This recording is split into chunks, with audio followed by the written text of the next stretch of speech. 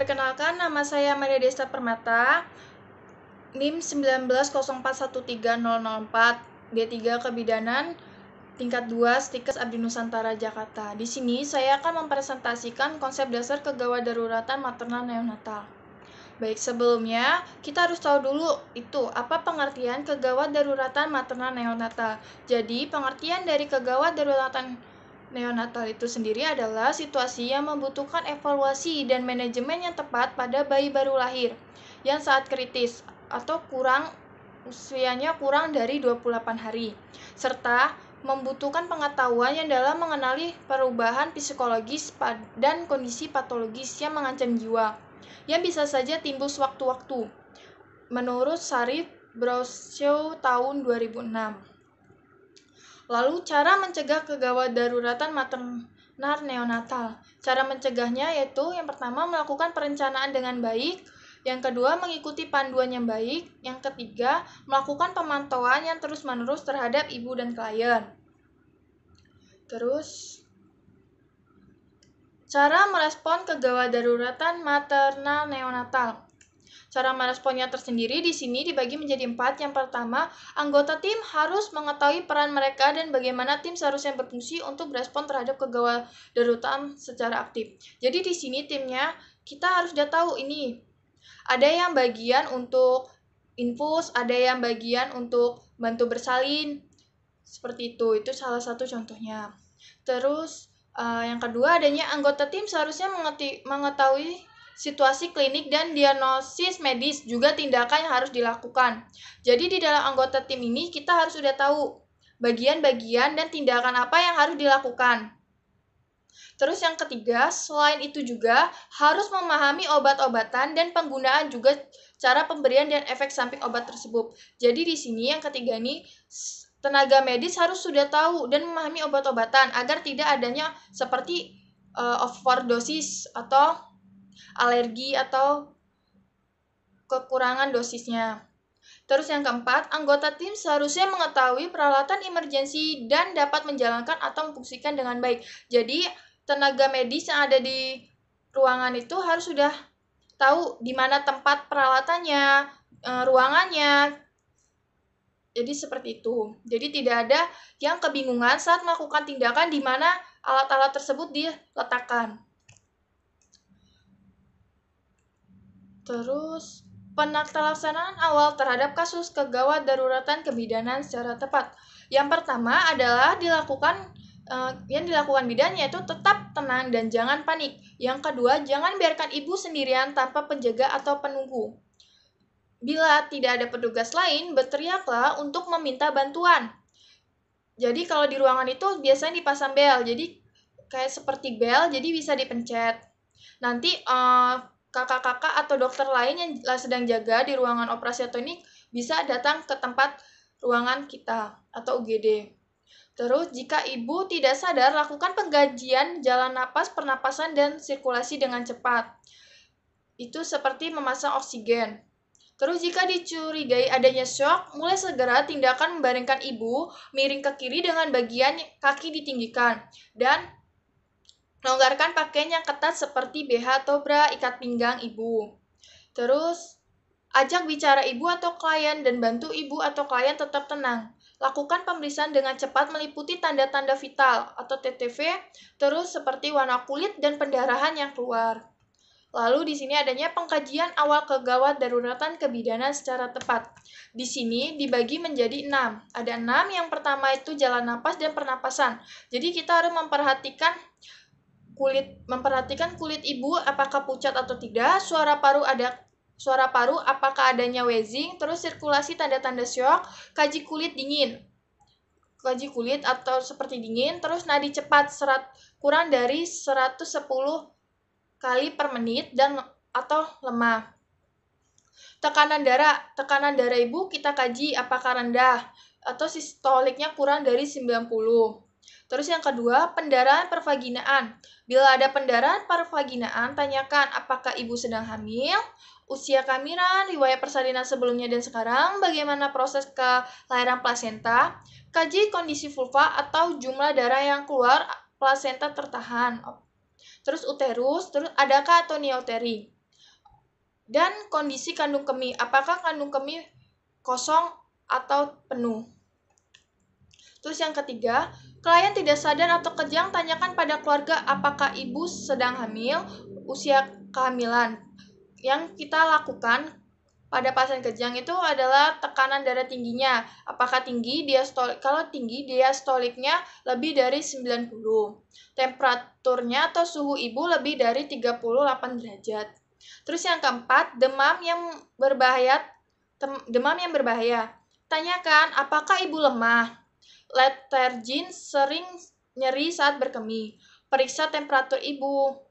Suhu ibu apakah lebih dari 39 derajat, tingkat kesadaran, kaku, kuduk, paru-paru pernapasan, atau pernapasan dangkal atau tersengal-sengal. Abdomen, apakah perut ibu tegang. Vulva, kita cek vulvanya, apakah keluar cairan atau puran. Payudara, kita cek payudara juga pemeriksaannya, apakah payudara bengkak atau tidak. Lalu yang kelima, nyeri abdomen. Tanyakan, apakah ibu sedang hamil dan usia kehamilan. Periksa tekanan darah itu rendah atau sistoliknya kurang dari 90 mmHg. Apakah nadi ibu periksa, apakah nadi ibu cepat lebih dari 110. Terus temperaturnya jangan lupa, suhu ibu apakah lebih dari 38 derajat. Terus uterus, status kehamilan. Keenam, perhatikan tanda-tanda berikut: keluaran darah, kontraksi uterus, pucat, lemah, pusing, sakit kepala, pandangan kabur, pecah ketuban, demam, dan gawat nafas. Itu tadi adalah pengkajian awal kegawat daruratan yang bisa bidan lakukan. Lalu selanjutnya, peran bidan dalam kondisi kegawat daruratan. Jadi peran bidan sendiri itu ada 4. Yang pertama, melakukan pengenalan segera kondisi gawat darurat. Terus yang kedua, stabilisasi klien atau ibu dengan oksigen, terapi cairan, dan medikamentosa dengan menjamin kelancaran jalan napas, memperbaiki fungsi sistem respirasi dan sirkulasi, menghentikan pendarahan, mengganti cairan tubuh yang hilang, mengatasi nyeri dan kegelisahan. Lalu yang ketiga, di tempat kerja, menyiapkan sarana dan prasarana di kamar bersalin, yaitu menyiapkan rajian warmer atau lampu pemanas untuk mencegah kehilangan panas pada bayi. Yang kedua, menyiapkan alat resusitasi kit untuk ibu dan bayi. Menyiapkan alat pelindung diri, menyiapkan obat-obatan emergensi.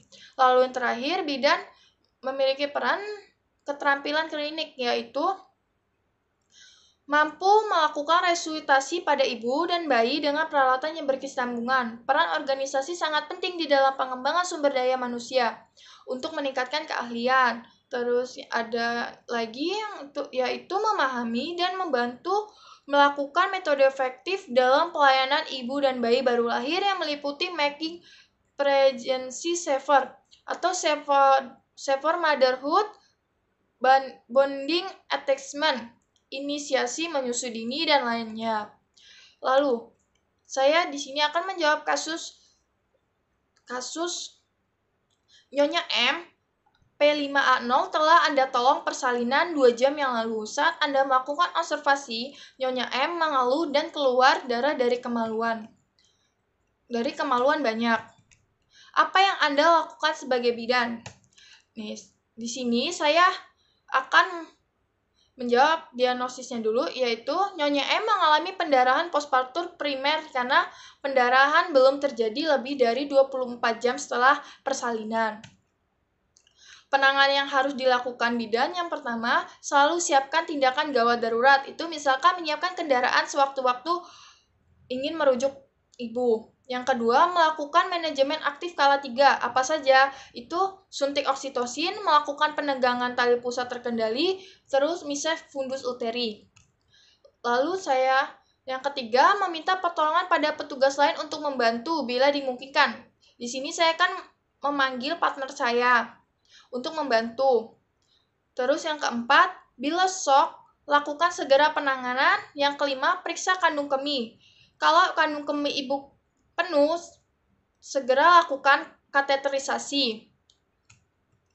Terus yang keenam, cari penyebab pendarahan. Pendarahan postpartum itu biasanya ada 4, yaitu karena atonia uteri, retensio plasenta, robekan jalan lahir, gangguan pembekuan darah. Yang ketujuh, saya akan melakukan sambil melakukan tindakan secara cepat. Yang 8, berikan oksitosin 10 intrauteri IM dilanjutkan 20 intrauteri per 1000 ml, RLNaCl 0,9%. Terus pastikan juga plasenta lahir lengkap, lalu eksplorasi jalan lahir. Bila keadaan ibu terus menurun, rujuk ibu dengan keadaan stabil. Nah, di sini saya akan menjelaskan penanganan kita sebagai bidan, yaitu yang pertama itu mise fundus uteri, segera sesudah plasenta lahir maksimal 19 detik. Lalu, bila ada kontraksi, lakukan evaluasi rutin. Bila tidak ada kontraksi, evaluasi atau bersihkan bekuan darah atau sel ketuban. KBI maksimal 5 menit. Bila setelah kita lakukan membersihkan bekuan darah, kalau ada kontraksi, pertahankan KBI 1-2 menit, lalu kita keluarkan tangan secara hati-hati. Secara hati-hati lakukan pengawasan K4. Jika tidak ada kontraksi, jika kontraksi uterus tidak ada, ajarkan keluarga KBE. Keluarkan tangan secara hati-hati, suntik ergometrin 0,2 secara IM, lalu pasang infus lebih plus 20 IU guyur, lakukan KBI lagi. Sekian presentasi saya akhiri. Wassalamualaikum warahmatullahi wabarakatuh.